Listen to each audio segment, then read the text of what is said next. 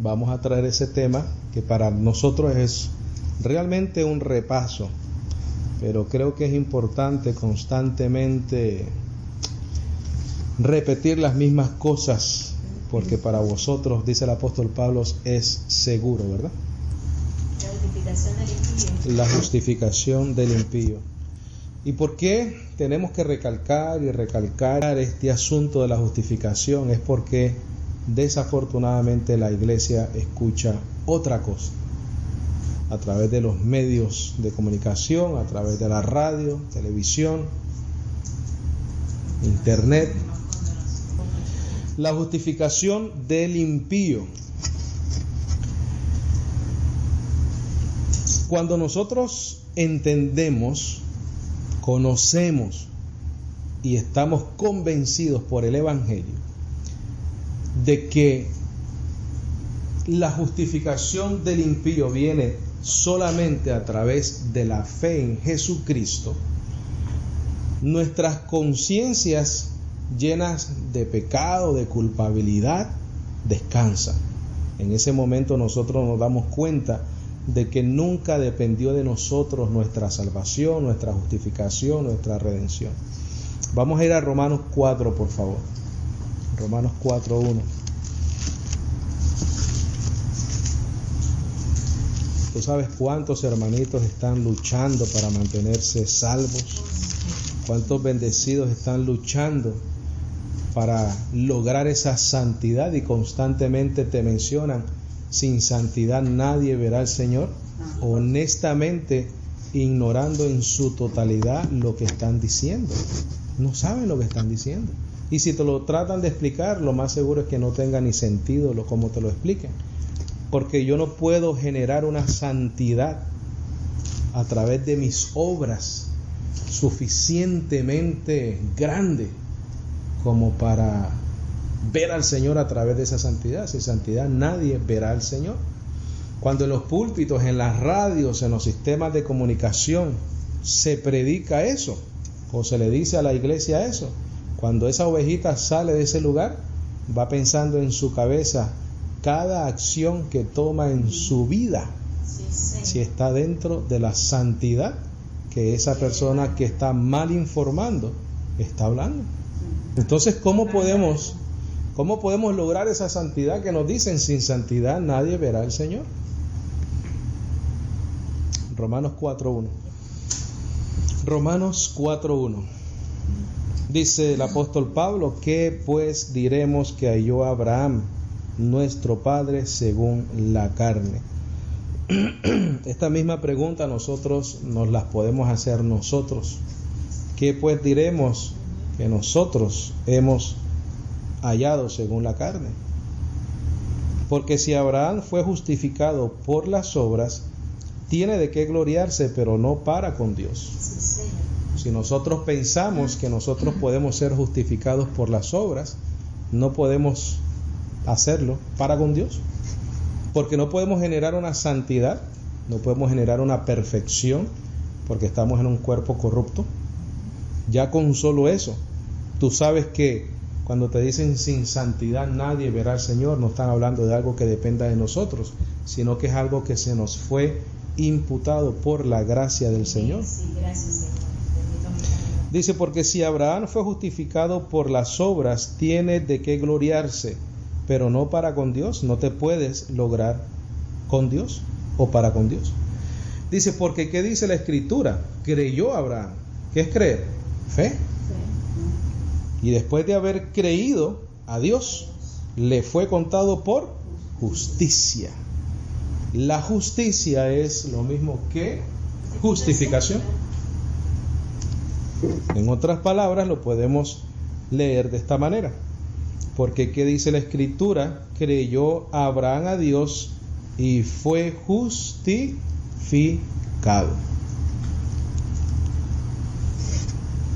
Y entonces, en esos 3 versículos bíblicos tenemos 2 contrastes. Número 1, por las obras. Número 2, por la fe. Por las obras, te dice el apóstol Pablo, que no tiene cómo gloriarse para con Dios. Por lo tanto, por las obras no hay manera de gloriarse para con Dios lo suficiente como para recibir de Dios Era cuando nosotros teníamos un necio corazón, ¿verdad? Anteriormente pensábamos así, pero nos habían enseñado mal. Nosotros pensamos que nosotros podemos endeudar a Dios y que nos deba. Pero a pesar de que nosotros pensamos igual así, nos ha traído por su gracia este conocimiento y nos ha amado, nos ha perdonado. Hasta eso nos ha perdonado. Nuestra necedad en nuestra mente, en nuestro corazón. Dice, pero al que obra, el versículo 4, no se le cuenta el salario como gracia, sino como deuda. Quiere decir que si comenzamos a obrar, ese salario, que el salario sería ¿qué cosa? La salvación, la justicia, porque está hablando de la justificación, ¿verdad? Porque si Abraham fue justificado, dice, por las obras. Estamos hablando de la justicia. Entonces la deuda que Dios nos debiera a nosotros y nos debería de pagar con un salario es la salvación, es la justicia. Pero al que obra no se le cuenta el salario como gracia, sino como deuda. El problema es el siguiente. Dado el caso del contexto que estamos leyendo, que es la justicia y la salvación, y es inalcanzable para el hombre,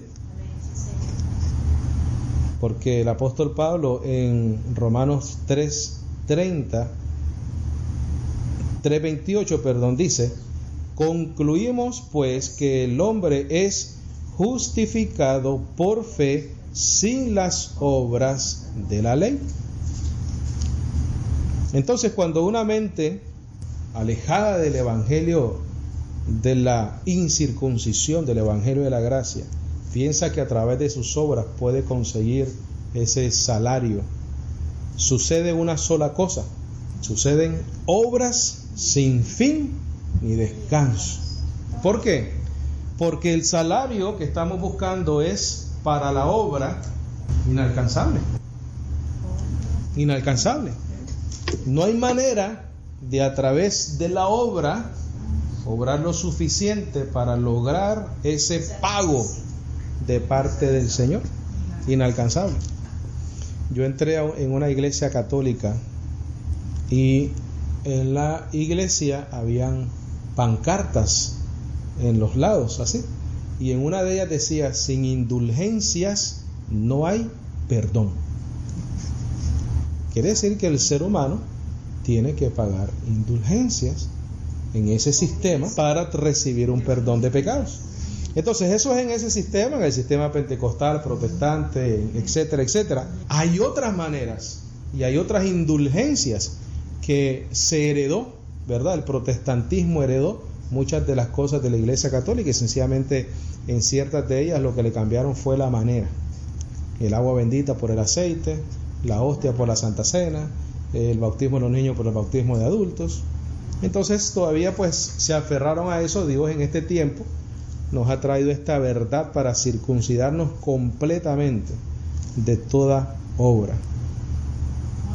Entonces este es el problema del que se quiere justificar por medio de la obra. Pero el asunto es este, de que Dios no está buscando justificar a santos. Dios no está buscando justificar a justos. Dios no está buscando justificar a buenos. ¿Por qué? Porque no hay ninguno. Entonces Dios nunca ha querido justificar al bueno, porque no hay ninguno. Dios nunca ha querido justificar al santo, porque no hay ninguno. El plan de Dios en la eternidad nunca fue justificar a un justo. ¿Por qué? Porque no hay ninguno.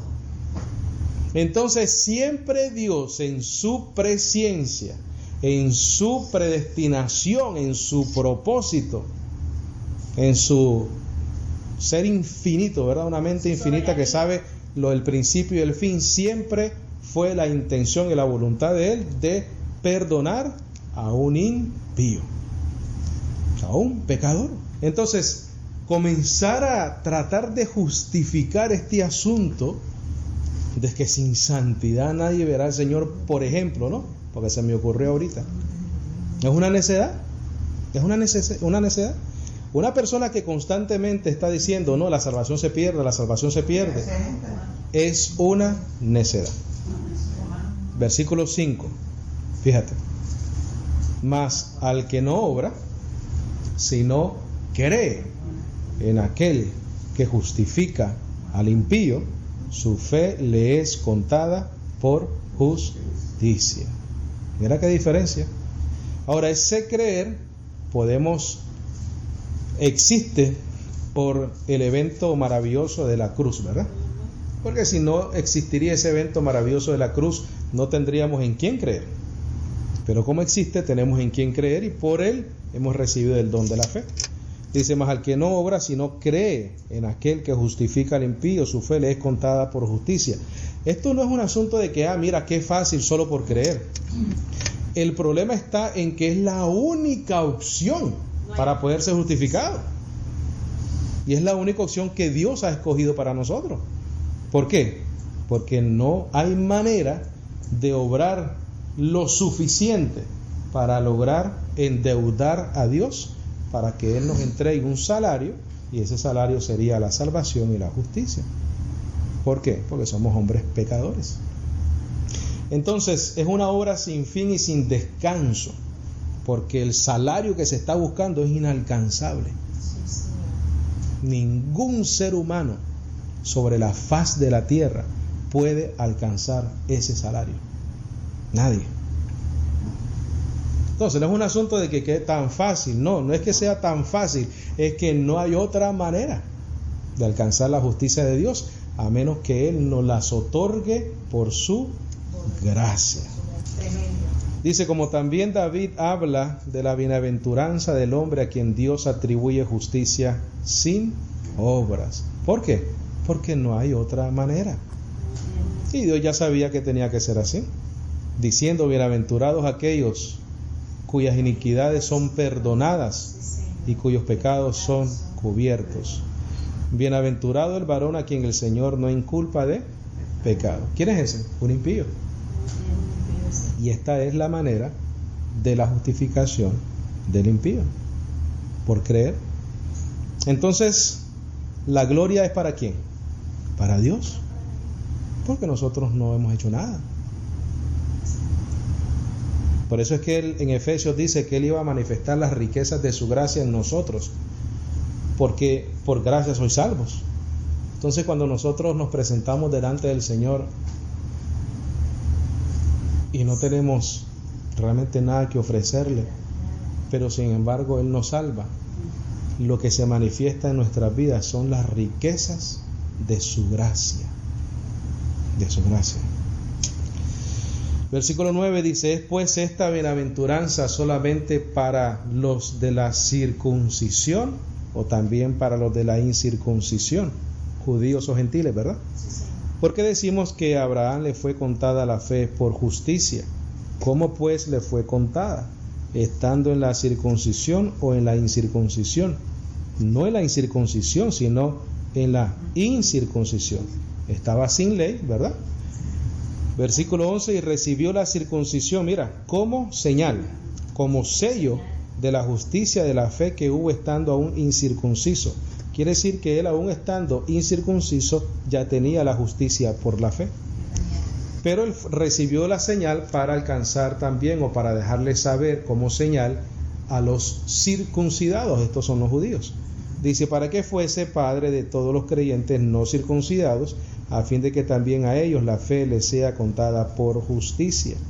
Y padre de la circuncisión para los que no solamente son de la circuncisión, sino que también sigan las pisadas de la fe que tuvo nuestro padre Abraham antes de ser circuncidado.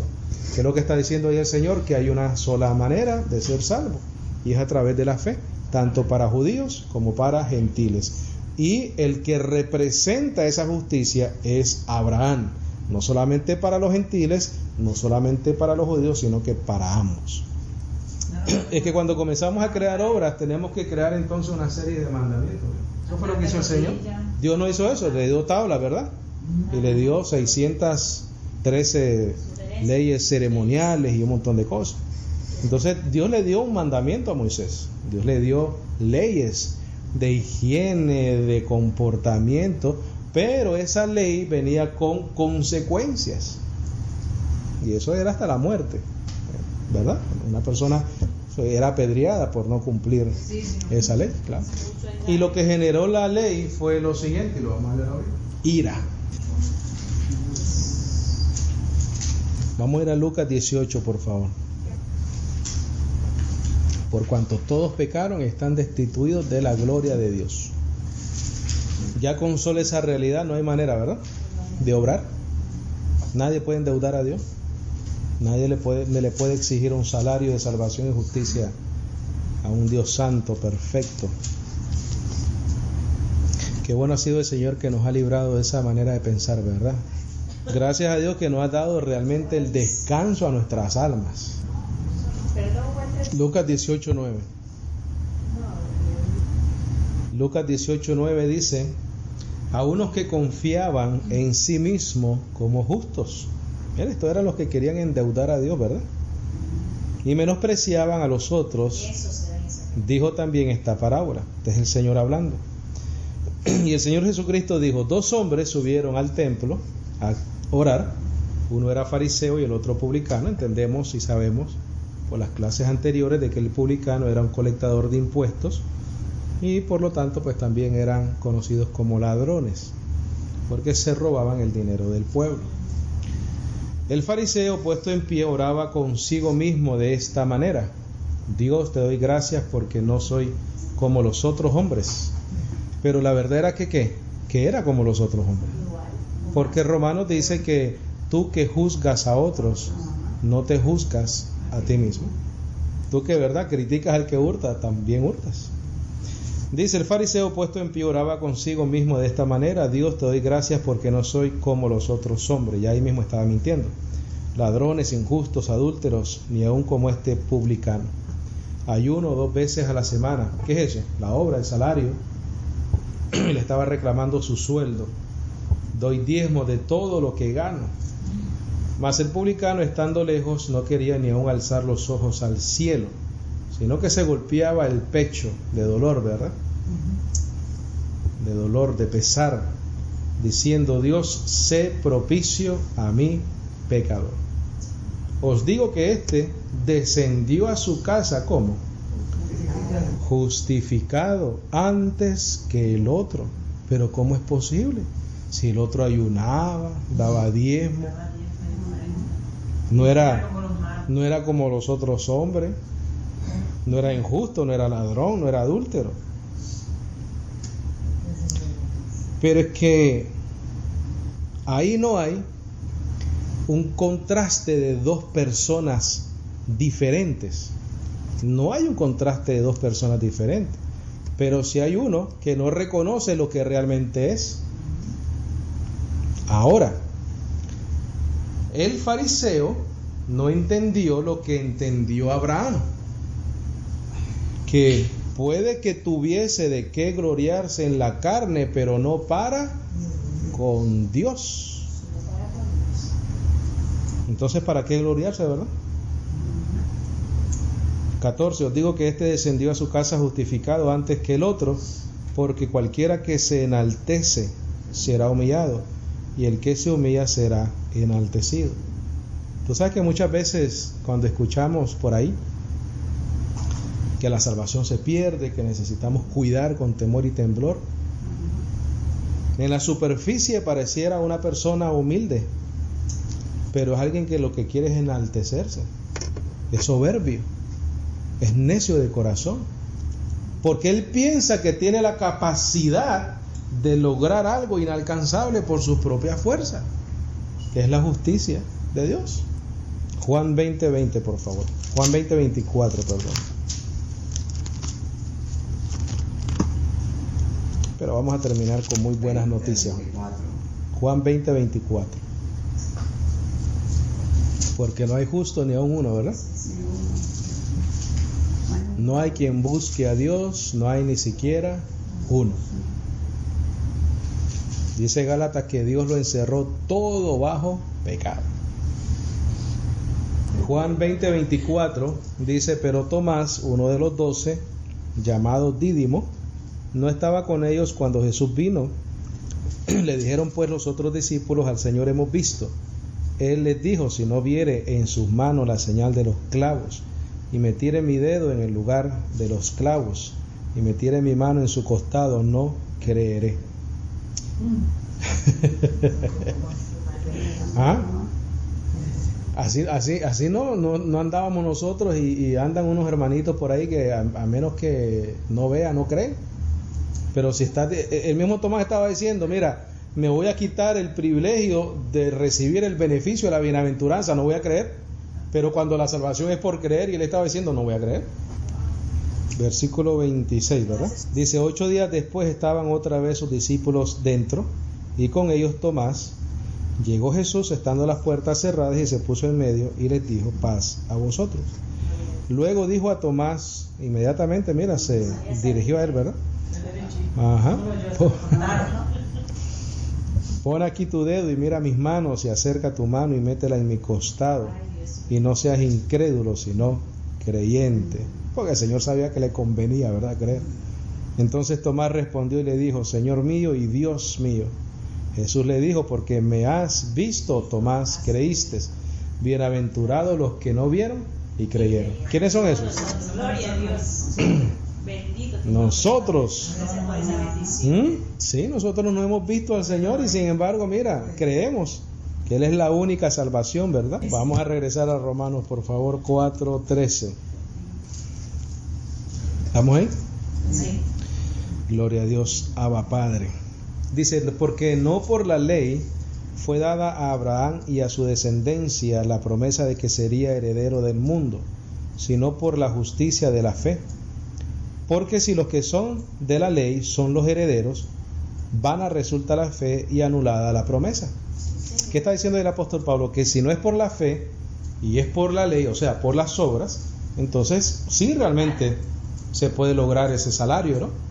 Podemos endeudar a Dios tanto que nos pague justicia y salvación. Pero no es así. ¿Por qué? Porque mira el versículo 15. Pues la ley produce ¿qué cosa? Ira. ¿Quieres obrar? Dale, que Dios se va a enojar contigo. ¿Quieres cumplir la ley? Arranca, que lo que vas a lograr es que Dios se enoje contigo. ¿Por qué? Porque entonces Dios te va a comenzar a medir tu trabajo, y cuando el Señor vea tu trabajo se va a dar cuenta que lo has hecho muy pero muy mal, porque en cada trabajo y en cada obra hay reglamentos, hay consecuencias, hay metas que cumplir, hay mandamientos que cumplir, ¿verdad? Entonces, si tú tienes un trabajo y quieres recibir un salario, te van a exigir muchísimo. ¿Cuánto más Dios te va a exigir si tú quieres justificarte por medio de las obras? Es algo inalcanzable, es una fantasía de la necedad del corazón del hombre.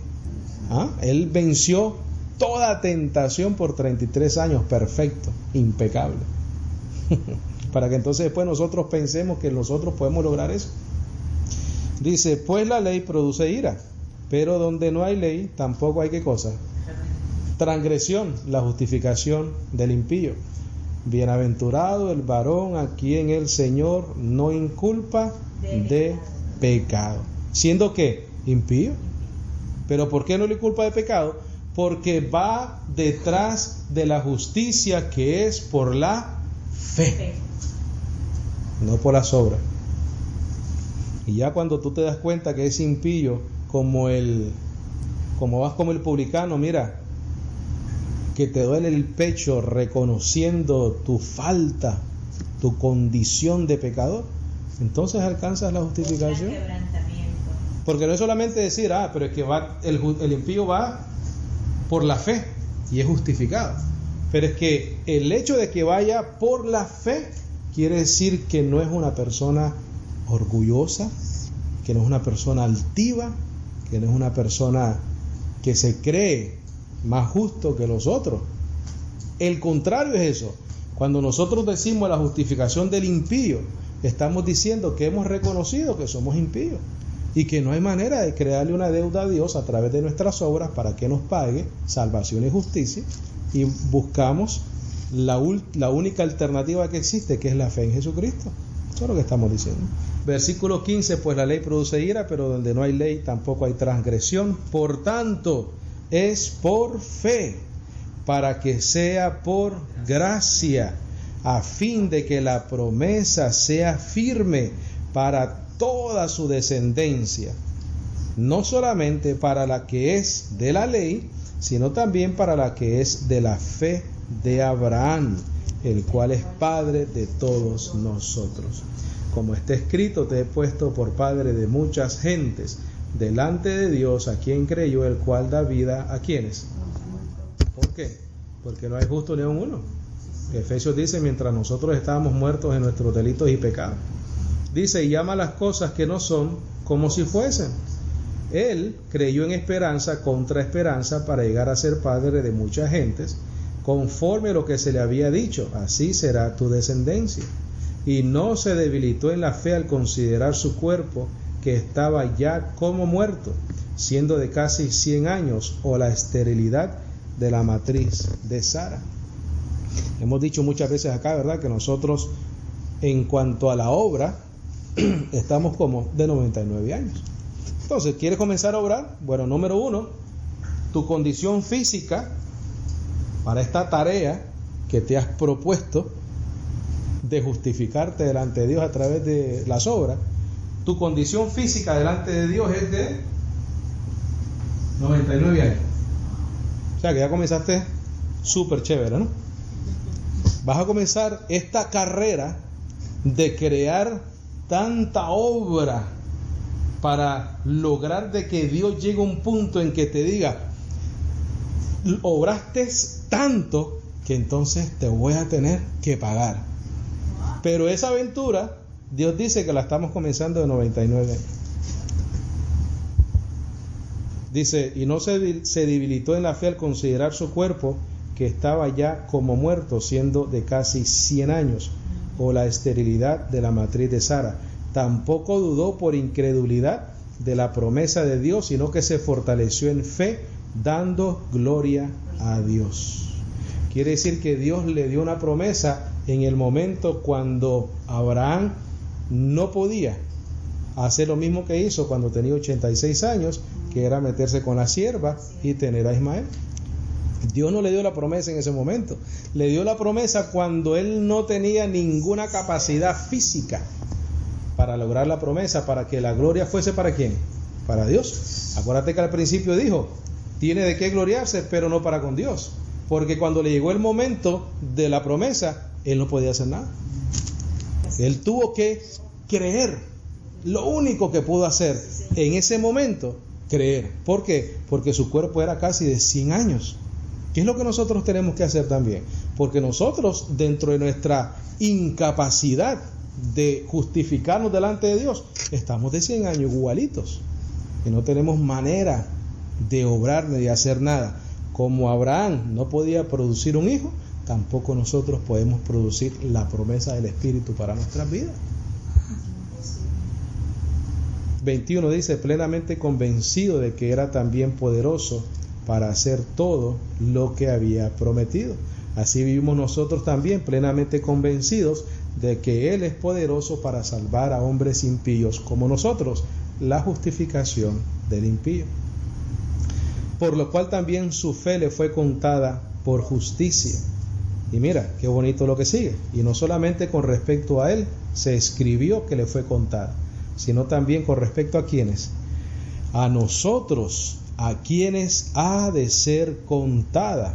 Esto es, a los que creemos, no los que obramos, no los que queremos endeudar a Dios para que Él nos dé un salario, un pago, no, a los que creemos en el que levantó de los muertos a Jesús, Señor nuestro, el cual fue entregado por nuestras transgresiones y resucitado para nuestra justificación.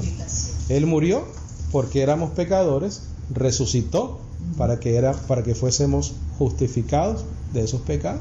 Aquí te lo dice, mira, el cual fue entregado por nuestras transgresiones, pero resucitó ¿para qué? Para nuestra justificación. Amén.